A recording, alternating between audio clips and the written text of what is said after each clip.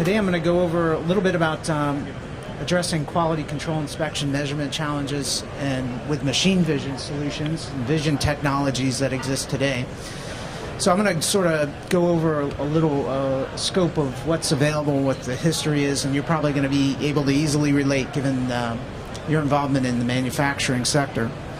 So my name is Shayne. I'm with Boulder Imaging, and we've been around vision technologies for a number of years. We actually our history comes out of military security and defense, and we've leveraged that technology, especially the speed factors, in vision solutions today for manufacturing.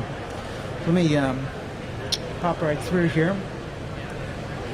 These are some of the classical techniques that have been used for vision inspection. I won't try to do my Clouseau impression or anything like that today, but for the most part, the methods that have been utilized have been slower mechanical measurement tools and devices, including a lot of human inspection. That's what we see. A lot of people come to us. They're doing spot inspections just because of the complex nature of what they're creating, and also the historical cost of technologies to do inspection. Sometimes they need to look at a whole variety of factors, and really they've limited it down to the critical factors that they need to fulfill for their customer base. So you see things like comparators and micrometers, calipers, and even coordinate measurement machines.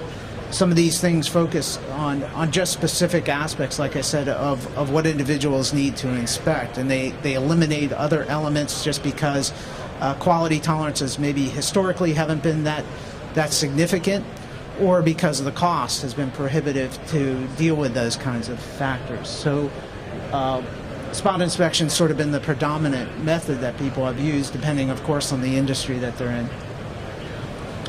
There's also some non-contact inspection solutions that have been around, which is many of you who are familiar with vision inspection may be familiar with smart cameras, which is really the integration of some processing capability into cameras. There's a whole variety of shortfalls that are involved in that. That technology has been evolving, and of course as it evolves it becomes a little better capable to deal with the complexities, but there's still really specific single task kind of functions. They come out of sort of the barcode and single spot inspection, and as like I said, they have developed further and further capabilities, but there's still a whole variety of challenges and issues with trying to integrate both the inspection capabilities and the vision, the optics capabilities to solve complex problems.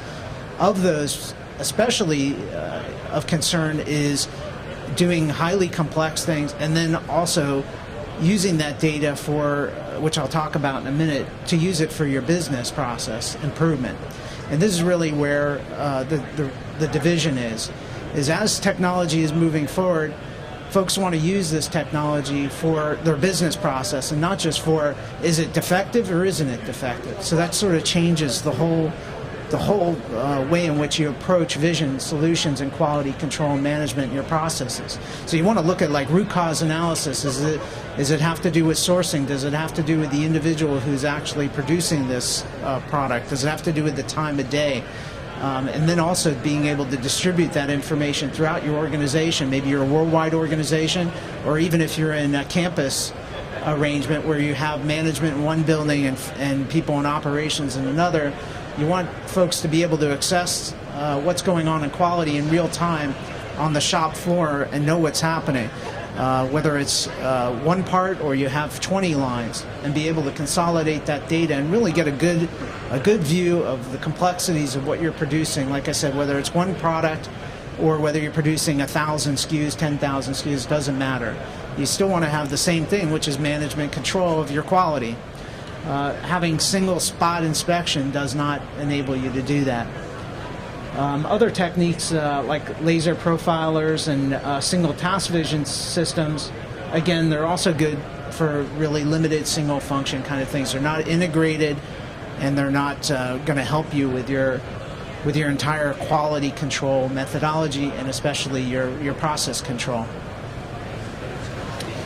So as you can see, this is sort of what's pressing things forward. Is people these days need 100% inspection, you can see things like the challenges Toyota's had and many other companies where even when the defect may not be related to part, if there's any doubt at all, it can have catastrophic effect upon your business. If you guys, folks shaking their head, yes or no, you've heard about the issues Toyota had with the whole braking systems in the Prius. Is that, you guys know about that? So it turned out it had nothing to do with Toyota's manufacturing process, but merely the fact that they could not prove that was the case. There were months that went by until they could demonstrate that it had nothing to do with them. So even the doubt can have a big impact upon your business, and by eliminating all that doubt, that's pretty critical.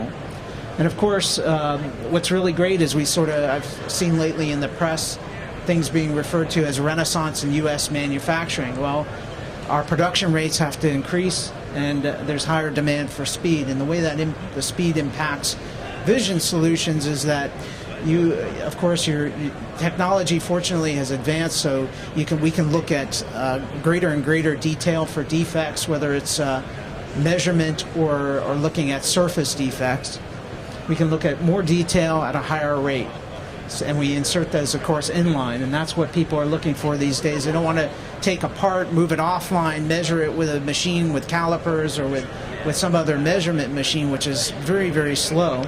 We're looking to do this inline, real time, present the items that they're manufacturing to the vision system and know whether or not it's defective or not, or sort it. And we can definitely do that these days. So technology's coming quite a long way fast.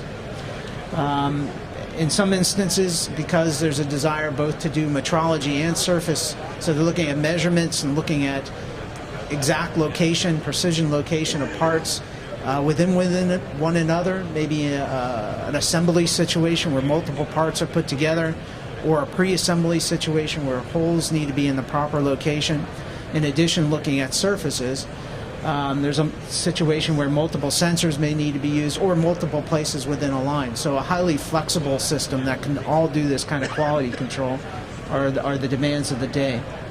So things that are versatile, and of course archive and distribution, which I mentioned a little bit before, which is the ability to go back, look at this data historically over a long period of time, integrate the data into your other processes and systems, and also the ability to distribute it throughout your organization, whether it's to people in your materials area, people in your supply area, or your suppliers. We had a situation not too long ago where we implemented a vision system, and the company that we did the system for thought that they were the source of their defects, when in actuality it was had to do with the quality of their supplier, and they weren't able to determine that until they implemented our system. So those are the kinds of things that you can determine.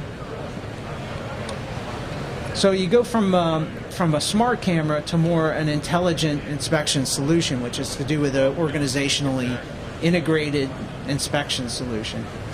And this, of course, provides 100% inspection of all your parts at high speed, and also with real-time feedback. So this data is not something that sits in one location, but is accessible throughout your organization at any time, in near real time or in real time.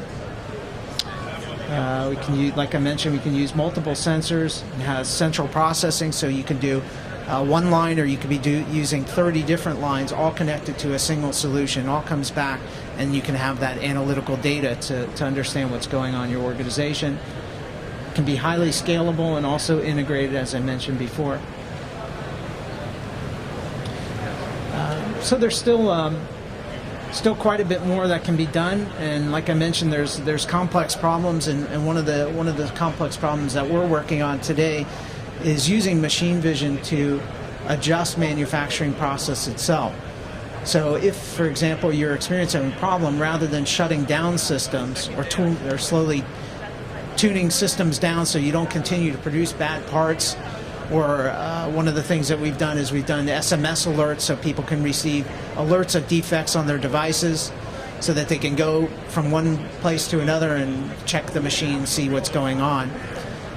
Rather than do that, we're going to start to provide feedback to systems themselves so that they can automatically adjust their processes, whether that's replacing parts and components in an automated fashion, automatically adjusting down the system, automatically switching things out, whatever needs to happen. So dealing with the very complex situations, looking at many different types of defect types, whether they start off with a category list of different types of defects that you're looking for, different range of sizes, and then of course expanding that and saying we want to be able to customize the defects that we're looking for. We have many different products and train the system. So there's all these kinds of requirements that exist out there that people didn't even know that they could solve, and vision systems are coming a long way to be able to do that. So it's really uncorking your imagination and really looking at any kind of problems you have with quality and seeing what can be done. And there's quite a bit that can be done in this realm. So I'm making this really fast talk here for you guys, and the idea is so that you can either come up and talk to me a little bit, you can come to our booth and talk to us a little more. You know, today's the last day, maybe a good time to talk, maybe a bad time to talk. But feel free to come and talk to me. I'd be happy to elaborate on any of the things that I've discussed already, and answer any questions that you may have. I'm not on the engineering side, but I certainly could get you some answers if you need to have them. So yeah, on your surface finish, what's the finest surface finish you can detect? Do you know? Your surface finish technology, what's the finest surface finish you can detect? Do you know that, or? Yeah, we can. Micro-inch per inch, basically. What the great thing is about our systems is that we're not limited by any camera technology. So as fine a detail as you really need to go, we can get with any kind of optics that are required. There's really no limitation in that. If you want to go down to, we just get better optics. So the level of detail, the only implication of looking at a lot of fine detail is that it slows down the inline process. Because obviously the processing capability to cover a surface with a lot of detail requires many cameras. So can you get the same resolution as with a profilometer, laser profilometer? What kind of detail can you get with that? I'm saying, can you get its resolution as much as a laser profilometer with your optics? Because that's what we're using now. Yeah, we can get in the sub-micron range. So if you're looking down to get to down into microns, yes, we can. Yeah, not a problem at all. Yep. All right, very good. Thank you all.